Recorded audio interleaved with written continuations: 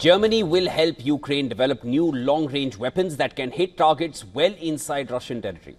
The announcement was made by German Chancellor Friedrich Merz himself during Ukrainian President Volodymyr Zelensky's visit to Berlin on Wednesday. Now, according to Germany's Defense Ministry, Berlin unveiled a military aid package worth 5 billion euros for Kiev. The defense ministers of both countries signed a memorandum of understanding for the production of long-range weapon systems, but without revealing technical details for naming the manufacturers involved.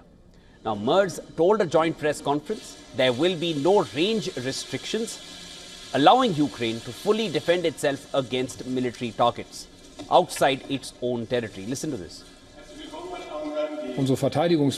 There will be no range restrictions. This will enable Ukraine to fully defend itself, even against military targets outside its own territory. This marks the beginning of a new form of military-industrial cooperation between our countries, one that has great potential. Zelensky called for deeper defense cooperation across Europe and with the United States, stressing the need for long-range capabilities and sustained military funding to ensure Ukraine's resilience. He hailed new investments by Germany. We will not publicly discuss all the details, but today we have agreements on investment in production in Ukraine, and first of all, these are weapons. This is production of drones that will enable most effectively to protect lives of our soldiers. Before the meeting between Merz and Zelensky, speculations were rife that Germany will finally be sending the Taurus missiles to Kiev, reversing its long-held policy amid escalating Russia-Ukraine tensions. However, no Taurus missiles were publicly announced as part of this package. In his interview with Germany's NTV, Zelensky revealed that Taurus was discussed between the two leaders and they continue to work in that direction. He refused to give any further details, citing the assurance to Chancellor Merz. Meanwhile, Russian State Duma Deputy Andrei Kartapolov, during a press conference in Moscow, said that Russia is ready to shoot down Taurus missiles if Ukraine gets them. They are even ready to shoot down Storm Shadow and the ATACMS missiles and carry out retaliatory strikes on their launch sites, as well as on the sites from which these missiles are delivered. Now, Taurus missiles made by Taurus manufacturer MBDA's French affiliate resembles the Storm Shadow in range, speed and payload. Taurus can be programmed to explode after hitting a specific target such as a bunker. It can hit Russian air bases far behind the front lines.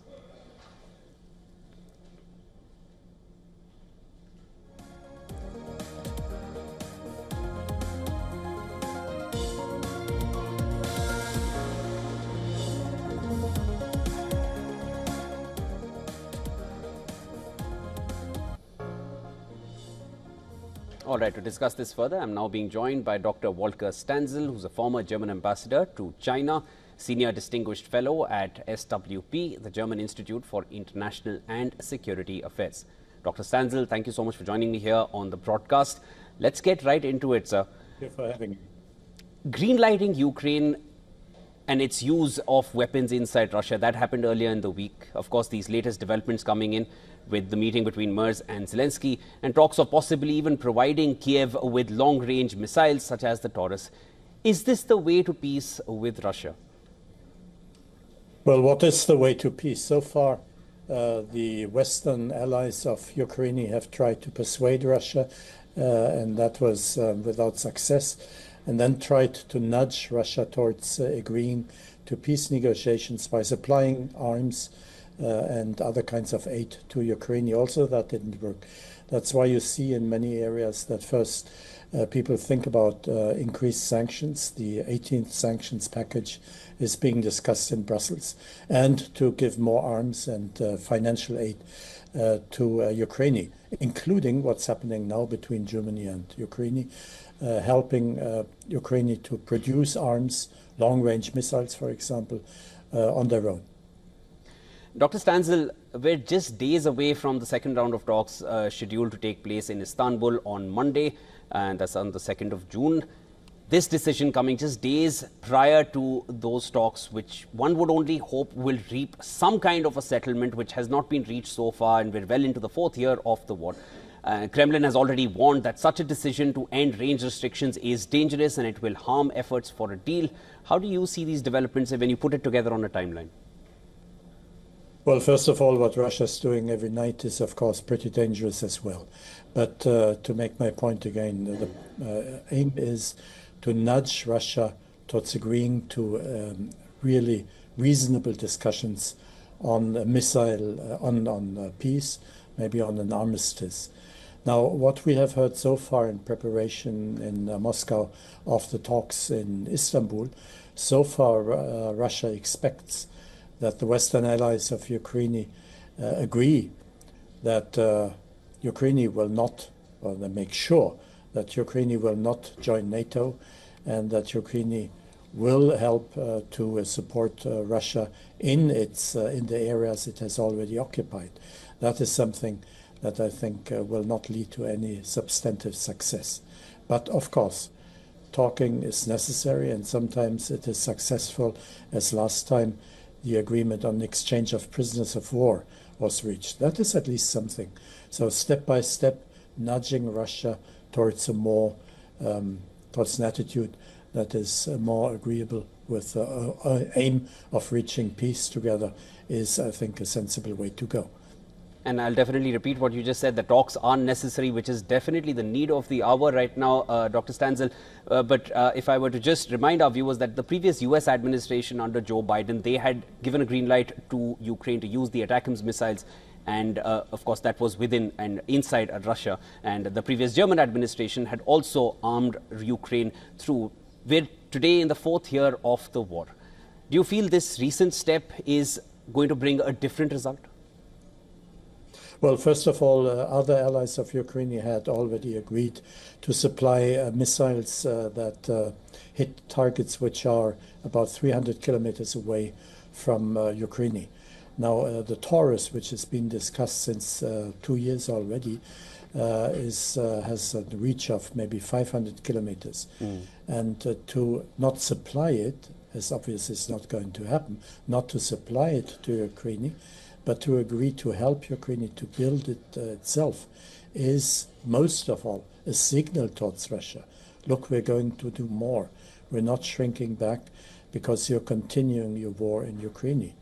Now, is this bringing peace, is your question. Who can answer that?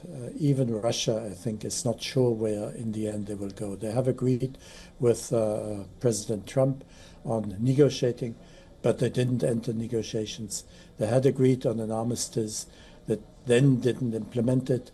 So it is very difficult to know the strategy of Russia.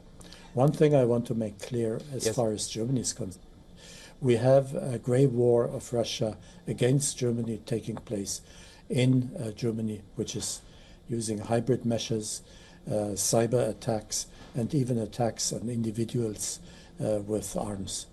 So that is something, the threat from Russia that we feel, and that I think also impresses our government to the degree where it said we have to do more to Ukraine in order to give a signal that Germany is also not shrinking back.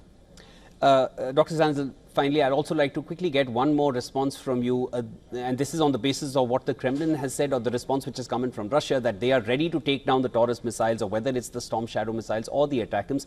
But they also went a step further and said that they are also willing to target the source from where these missiles are coming. Do you find that to be a direct jab towards the Western partners of Ukraine, Germany included? I think it's not.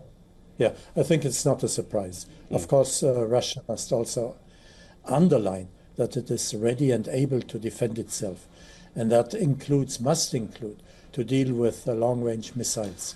They have, of course, already the Storm Shadow missiles attacking Russia, and they've tried to shoot them down, which, as far as I remember, did not succeed.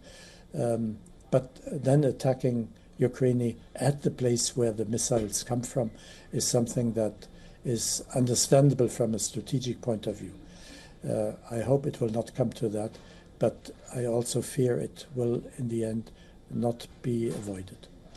We all hope it doesn't come to that and talks lead to some result, and we'll all be waiting to watch what happens coming Monday. Thank you so much. That was Dr. Volker Stanzel joining me here on the broadcast.